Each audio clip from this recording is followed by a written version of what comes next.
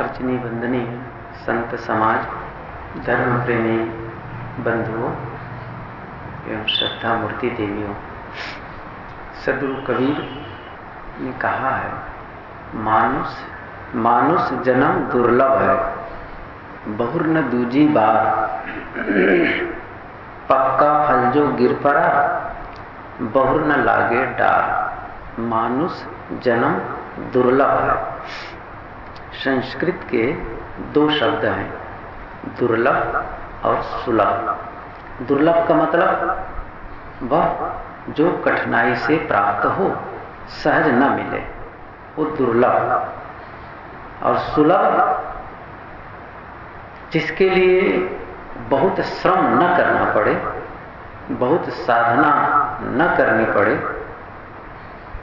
और सहज प्राप्त हो, उसे कहते हैं सुलभ। सुलभ की सूची में वह जो सहजता से प्राप्त हो वस्तुएं यदि दुर्लभ है तो उसका मूल्य बहुत हो जाता है, अधिक होता है। सुलभ का मूल्य कम होता है। व्यापार के क्षेत्र में भी हम लोग दैनिक जीवन में भी ये अनुभव करते हैं, जो चीजें वैसे सुलभ हैं लेकिन जब उसकी मात्रा कम हो जाती है, मांग अधिक हो जाती है, तो महंगी हो जाती है। नमक है, बहुत सस्ता आइटम है, लेकिन बहुत कम हो जाए, यदा कदा मिले कोई दुकान में, वो भी बमुश्किल लाइन लगाना पड़ जाए, तो फिर वो महंगा कर देगा, नमक को सस्ते नहीं देगा। मात्रा कम होती है तो वस्तु का मूल्य ज्यादा हो जाता है। प्रश्न होता है दुर्लभ क्या है? साहब ने तो कह दिया है, मानुष जन्म दुर्लभ है। मानुष जन्म दुर्लभ है। और साहब ने ही नहीं कहा है, अन्य संतों ने भी कहा है, कईयों ने कहा है। एक उदाहरण पर्याप्त होगा। आद्य स्वामी शंकराचार्य ने कहा है, दुर्लभम एतत् मेवैतत् दुर्लभम त्रयमेवैतत् देवानुग्रह हेतुकम मनुष्यत्वम मुमुक्षुत्वम महापुरुष संश्रय। तीन बातों को दुर्लभ कहा है। तीन बातें, दुर्लभम त्रयमेवैतत्, तीन दुर्लभ है। पहली बात मनुष्यत्व, एक सूची बनाते हैं वो दुर्लभ की। सूची में प्रथम है मनुष्यत्व, मनुष्य का शरीर मिलना। त्रयमेतत्, दुर्लभ में तीन है, तो पहला है मनुष्यत्व, मनुष्य का शरीर। दूसरी बात कहते हैं मुमुक्षु, मोक्ष की इच्छा, ये होना। और तीसरी बात कहते हैं महापुरुष संश्रय, महापुरुष का आश्रय मिलना। और इसी को अनुवादक ने बहुत सुंदर लिखा है, मानुष तन सद्गुरु मिलन, मोक्षों इच्छा होय, दुर्लभ तीनों परम है, पाए सुयोग न खोय। और गोस्वामी जी ने भी इसको अपने ढंग से अनुवाद किया है, बड़े भाग मानुष तन पावा सुर दुर्लभ, जिसको स्वामी शंकराचार्य ने कहा है देवानुग्रह, देव अनुग्रह करते हैं इसके लिए। देव सोचते हैं कि यह शरीर मुझे भी मिले, मानव का। इसीलिए उन्होंने कहा है कि देव दुर्लभ, ये दुर्लभ है। मनुष्य का शरीर दुर्लभ है। हमारा संदर्भ है मनुष्य शरीर के लिए। साहब ने कहा मानुष जन्म दुर्लभ है। मैंने कहा कि कम होता है वो दुर्लभ की सूची में आता है। प्रश्न होता है मनुष्य दुर्लभ क्यों है? इसकी संख्या इतनी अधिक हो गई है आज की परिवार नियोजन की अपेक्षा हो रही है। अब ऐसी स्थिति में मनुष्य शरीर को दुर्लभ मानना, ये बात तो समझ में नहीं आती है। बहुत वैज्ञानिक प्रश्न। लेकिन जब इसकी बात की पृष्ठभूमि में हम जाएं, अनुसंधान करें, तो पाएंगे जनसंख्या होती है, अर्थात जन की संख्या होती है, लोगों की संख्या होती है, मनुष्यों की संख्या होती है, उसकी गणना होती है। मनुष्य के अलावा प्राणियों की गणना नहीं होती है। मैं समझता हूं इलाहाबाद में जितने लोग हैं, केवल हमारे आश्रम परिसर में मच्छर होगा, कीड़े बहुत हैं, अन्य हैं, लेकिन उसको दुर्लभ नहीं कहा गया है।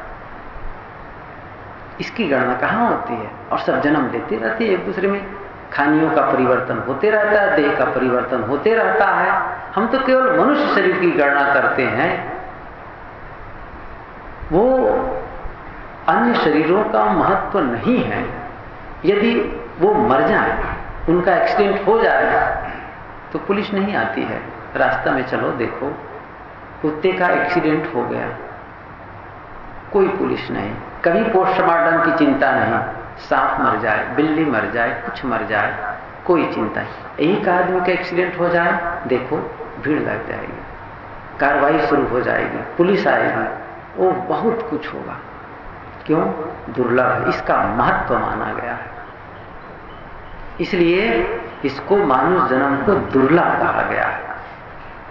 प्रश्न होता है कि दुर्लभ क्यों? क्यों दुर्लभ है?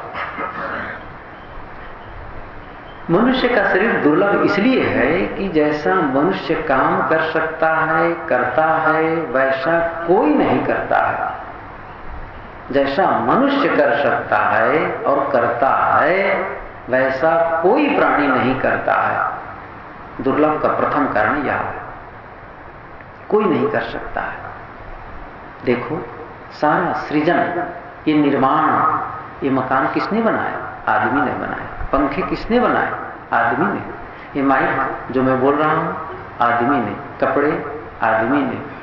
जितना विस्तार हो रहा है, दिख रहा है, ज्ञान विज्ञान का, शास्त्रों का, धर्म मजहब का, इसका सृजनकर्ता कौन है? आदमी है। आदमी बहुत बड़ा सृजता है, बहुत। और आदमी सृजन ही नहीं करता, विध्वंस भी करता है। दूसरा काम, जितना बड़ा सृजेता है, उतना बड़ा कोई नहीं है, और जितना बड़ा ये विध्वंसक है, उतना बड़ा भी कोई नहीं है। एक दार्शनिक लोग तर्क देते हैं, तर्कशास्त्र में, कि ईश्वर की परिभाषा देते हुए वो लोग कहते हैं, कर्तुम अकर्तुम अन्यथा कर्तुम समर्थ ईश्वर। कर्तुम अकर्तुम, वह करता है करने योग्य को, कर्तुम करता है, न करने योग्य को भी करता है। करने योग्य को करने में समर्थ है, न करने योग्य को करने में समर्थ है। अन्यथा कर्तुम, और अन्यथा वह जो न घटित हो उसको भी वो करता है, समर्थ है उसके लिए, समर्थ है ईश्वर। अन्यथा मतलब उल्टा, गलत, करने में भी वो समर्थ है। ईश्वर तो दिखाई नहीं देता। यदि कहें तो ये मनुष्य ही ईश्वर के रूप में करता है, नहीं करता है, और इतना बड़ा समर्थ है, क्या से क्या कर देता है। इसलिए दुर्लभ है, बहुत बड़ा दुर्लभ है। मैंने कहा कि विध्वंस भी करता है। आप लोग अच्छी तरह से जान सकते हैं, एक सांप हो, जहरीला सांप हो, काटेगा, कितने लोग को काट करके मारेगा। एक सिंह यदि वो छूट जाए जंगल में, कितने लोग मारकर खाएगा। चाहे जितना हिंसक जंतु हो, वो बहुतों का संहार नहीं कर सकता है, विध्वंस नहीं कर सकता है, विनाशकारी काम नहीं कर सकता है।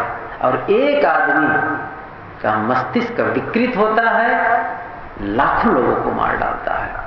अद्भुत, बहुत विध्वंस करता है। बस ये दिशा गलत है, वो अलग विषय हुआ। यहां दुर्लभ क्यों? प्रश्न होता है कि ये मनुष्य का शरीर दुर्लभ इसलिए कि ये बहुत बड़ा काम करता है, लेकिन इस दुर्लभ शरीर को पाकर के इसकी सार्थकता किसमें है? प्रश्न ये है, ये अहम प्रश्न है। इसकी सार्थकता किसमें है? ऐसा तो नहीं कि हमने दुर्लभ शरीर पाए, बहुत मूल्यवान, बड़े परिश्रम के बाद हमको ये मानव का शरीर मिला, लेकिन इसकी सार्थकता हम कर ही ना पा रहे हो। कब होगी? इसकी सार्थकता है इसके सदुपयोग करने में। आपको दुर्लभ है क्या? जैसे कोई आपको दुर्लभ चीज मिल जाए, सोना मिल जाए, चांदी मिल जाए, हीरा मिल जाए, और उसका उपयोग करें तब तो मतलब का है, और दुरुपयोग करें तब, उपयोग न करें तब, जो परिश्रम से मिला है उसका भी हम मूल्य न समझे तो क्या मतलब निकलता है? एक आदमी था, एक महात्मा के पास गया कि मैं बहुत गरीब हूं, पैसा नहीं है मेरे पास, आप मेरा सहयोग करें, कुछ दें।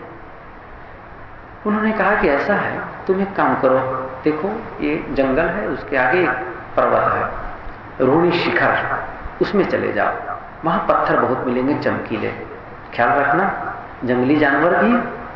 आदमी साहस किया, निर्भय होकर वह जंगली जानवरों से भी भयभीत नहीं किया, पहुंच गया। वो रोहिणी शिखर पर पहुंचा और बहुत से चमकीले पत्थर उठा लाया। आया, कहा महात्मा जी बहुत कठिन काम था लेकिन मैंने कर लिया, अब बताइए इन पत्थरों को मैं क्या करूं? उन्होंने कहा पत्थर बहुत मूल्यवान है। ये जानते हैं कौन सा पत्थर है? यह पत्थर है चिंतामणि, बहुत मूल्यवान पत्थर है, चिंतामणि पत्थर है। चिंतामणि क्या इसका उपयोग? इसका उपयोग बहुत बढ़िया, बस तुम्हें कुछ करना नहीं है, बस इसको रखे रहो, सोचो। भोजन चाहिए, भोजन का थाल सामने आ जाएगा, पानी चाहिए, पानी आ जाएगा, बिस्तर चाहिए, बिस्तर, जैसे सोचे, चिंता किए, चिंतन किए, वैसे ही ये सब देते जाता है। बहुत प्रसन्न, बहुत आनंदित रखा रहा। एक दिन उसे नदी पार करके कहीं जाना था, नाव पर बैठा, चिंतामणि पत्थर भी साथ में रखा हुआ था, चिंतामणि को रखा हुआ था। इतने में सोचा कि नदी इतनी चौड़ी है, इतनी देर लगेगी, ऐसा करता हूं, इसको उठाया, इसको मैं नदी में छोड़ता हूं और जल्दी नदी पार हो जाऊंगा। मूर्खता, उठाया पत्थर को, निकाला और उसको नदी में छोड़ दिया, इससे मैं जल्दी नदी पार हो जाऊं। पत्थर नहीं मिला। देव दुर्लभ हम लोग मनुष्य शरीर पाए हैं, कहां डाल रहे हैं? गड्ढे में। गलत प्रयोग कर रहे हैं इस शरीर का, इस जीवन का हम गलत प्रयोग कर रहे हैं।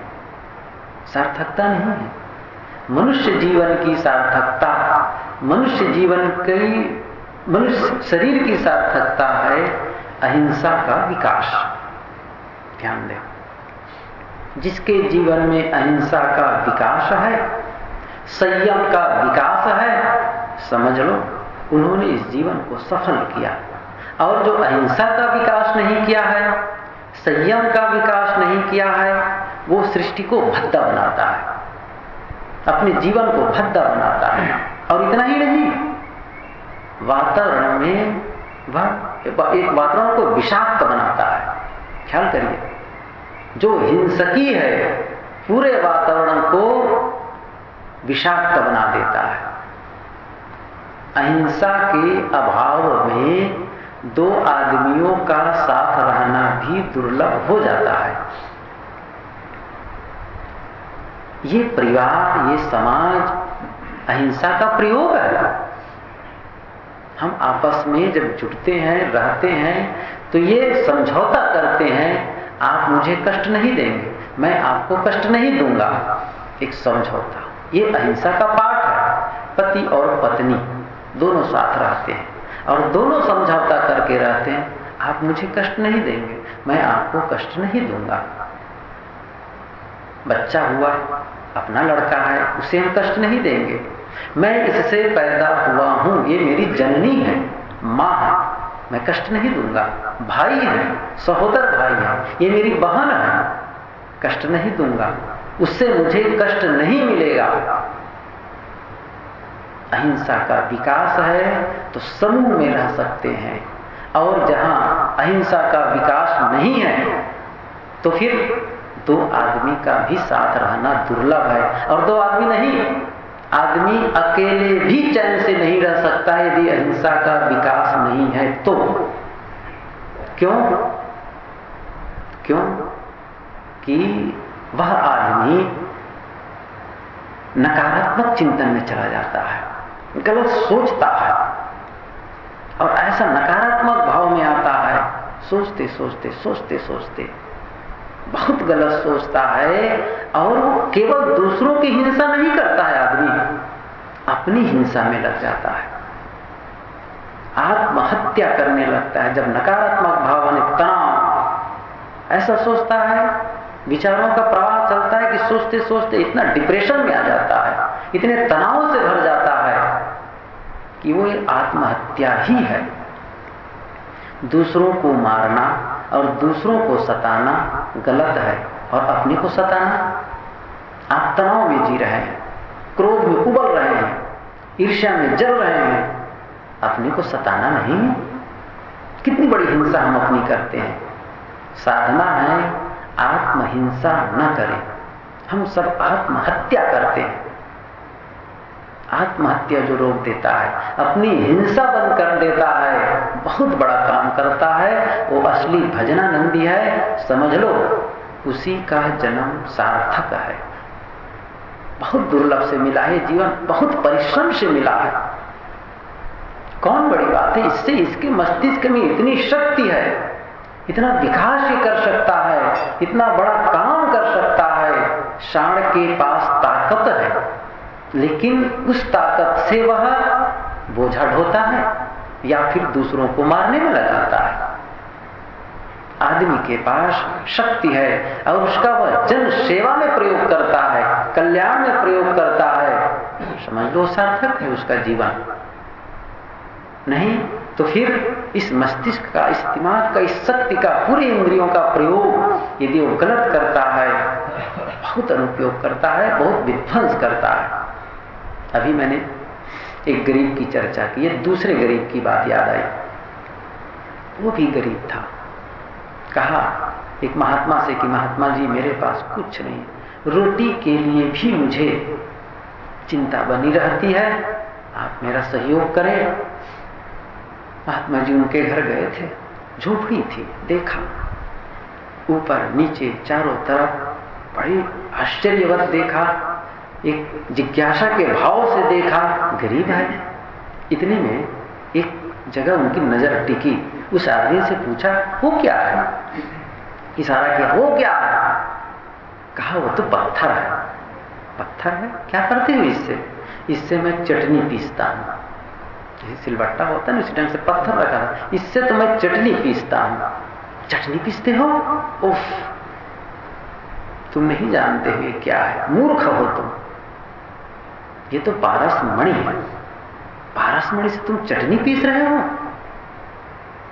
जो पारस मणि को पारस मणि नहीं समझता है, वह उससे चटनी पीसता है।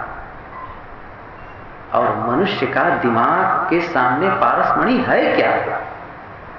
उन्होंने पूछा, गरीब ने, पारसमणि क्या होता है? पारसमणि वह जिससे छुआ तो लोहा वह सोना हो जाता है। ख्याल करिए, हमारे मस्तिष्क की इतनी क्षमता है, हमारे ज्ञान की इतनी क्षमता है, पारसमणि उसके सामने क्या है?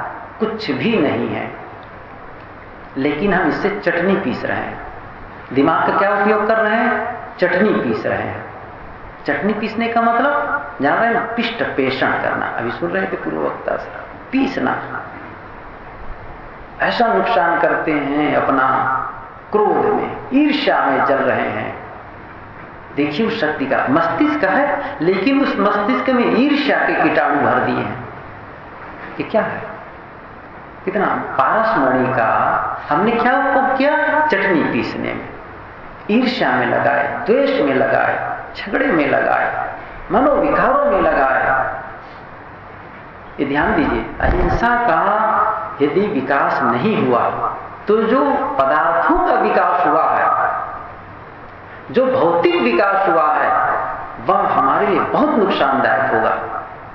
वो तब फायदेमंद होता है जब उस पर अहिंसा का संतुलन होता है, भौतिक पदार्थों का विकास हो, वस्तुओं का विकास हो, साथ साथ अहिंसा का भी विकास हो। यदि धन का विकास हो और धर्म का अंकुश धन पर नहीं है तो वह धर्म हमें खा जाएगा, वह हमारे बहुत नुकसान करेगा। मानुष जन्म दुर्लभ है, मूल विषय। दुर्लभ कब? जब अहिंसा का विकास हो। दुर्लभ कब? जब जीवन में संयम का पालन हो।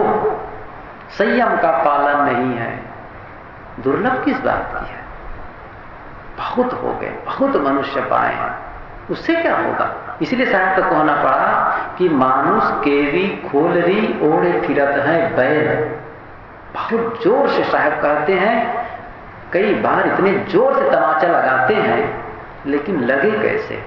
हमने अपने गाल में तो सीमेंटेड करवा लिया, प्लास्टर करवा लिया है। कई बार तो साहब का ही हाथ कंझा जाता है, तब कहते हैं मौन। क्या करें? कहें कबीर हम क्या करेंगे? आए हैं कि अब भी नहीं चेतेंगे तो मैं क्या कर सकता हूं? वक्ता क्या कर सकता है? मानुष बेचारा क्या करे, जाके कहे न खुले कपाट। वो बेचारा उपदेष्टा क्या करेगा जो लोग अपने हृदय के कपाट को खोलते ही नहीं? कैसे करेंगे? तमाचा लगाते हैं। मानुष केरी खोलरी ओढ़ फिरत है बैल। ये मानुष की खोल ओढ़ करके बैल लोग घूम रहे हैं।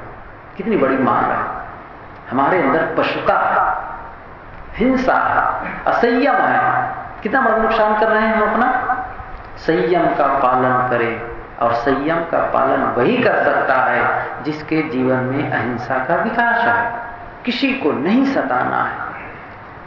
दुख देने के भाव को दिल से दे निकाल, तब सुख लहे विराग को मोह नींद से जाग। सद्गुरु विशाल देव ने कहा है, दुख देने के भाव को दिल से दे निकाल। ध्यान दीजिए, केवल हम हिंसा किसे मानते हैं? मानते हैं कि चींटी का मत मारो, अमुक प्राणी को मत मारो, बस इतना ही मात्र हिंसा नहीं है। आप गलत चिंतन कर रहे हैं, हिंसा कर रहे हैं। दूसरे के नुकसान के विषय में सोच रहे हैं, हिंसा कर रहे हैं। दूसरों की हिंसा, अपनी हिंसा। और जब तक कि अहिंसा का विकास जीवन में नहीं होगा, धर्म कहां, भजन कहां, साधना कहां? हमने अभी जमीन ही ठीक से नहीं बनाई है, बीज डाल रहे हैं, बीज अंकुरित नहीं होगा। आध्यात्मिक फसल हमारे जीवन में लहलहाए, इसके लिए आवश्यक है अंतःकरण की कमाई। बिना साधना के, बिना परिश्रम के हम विकास नहीं कर सकते हैं। शायद की वो पंक्ति याद करें, मानुष जन्म दुर्लभ है, बहुर न दूजी बार। ख्याल करें, जो समय बीत गया है क्या उसे आप लौटा सकते हैं? किसी ने बहुत सुंदर कहा है कि लौट सके पल एक नहीं जो धन त्रिभुवन दे। लौट सके पल एक नहीं जो धन त्रिभुवन दे। त्रिभुवन का धन दे दो, वो पल लौटने वाला नहीं है, बहुत अंतिम। कहा जाता है सिकंदर जब मरने लगा तो उसके मन में हुआ कि मैं मां से मिल लूं। बहुत लोग थे वहां उनके पास, सबसे आग्रह किया, मुझे इतने समय तक आप जिंदा रख दीजिए, मैं मां से मिल लूं, आधा राज्य दे दूं। सब मौन। उन्होंने अंत में कहा, मैं पूरे राज्य को देता हूं, 2 घंटे के लिए मुझे और जीने दीजिए। सब मौन। 5 मिनट भी नहीं उसको रोका जा सकता है जाने वाले को। हम इस पाए हुए समय में धन कमा सकते हैं, बहुत धन कमा सकते हैं। लोग कमाते भी हैं, विद्या प्राप्त कर सकते हैं, परिवार बढ़ा सकते हैं, बहुत ऊंचे पद पर जा सकते हैं, लेकिन इन सब को देकर के जीवन के एक क्षण को नहीं बढ़ा सकते। इसलिए दुर्लभ है मानुष जन्म, दुर्लभ है बहुर न दूजी बार। ये बार बार मिलने वाला नहीं, बुद्धि ठीक है, पागल नहीं है।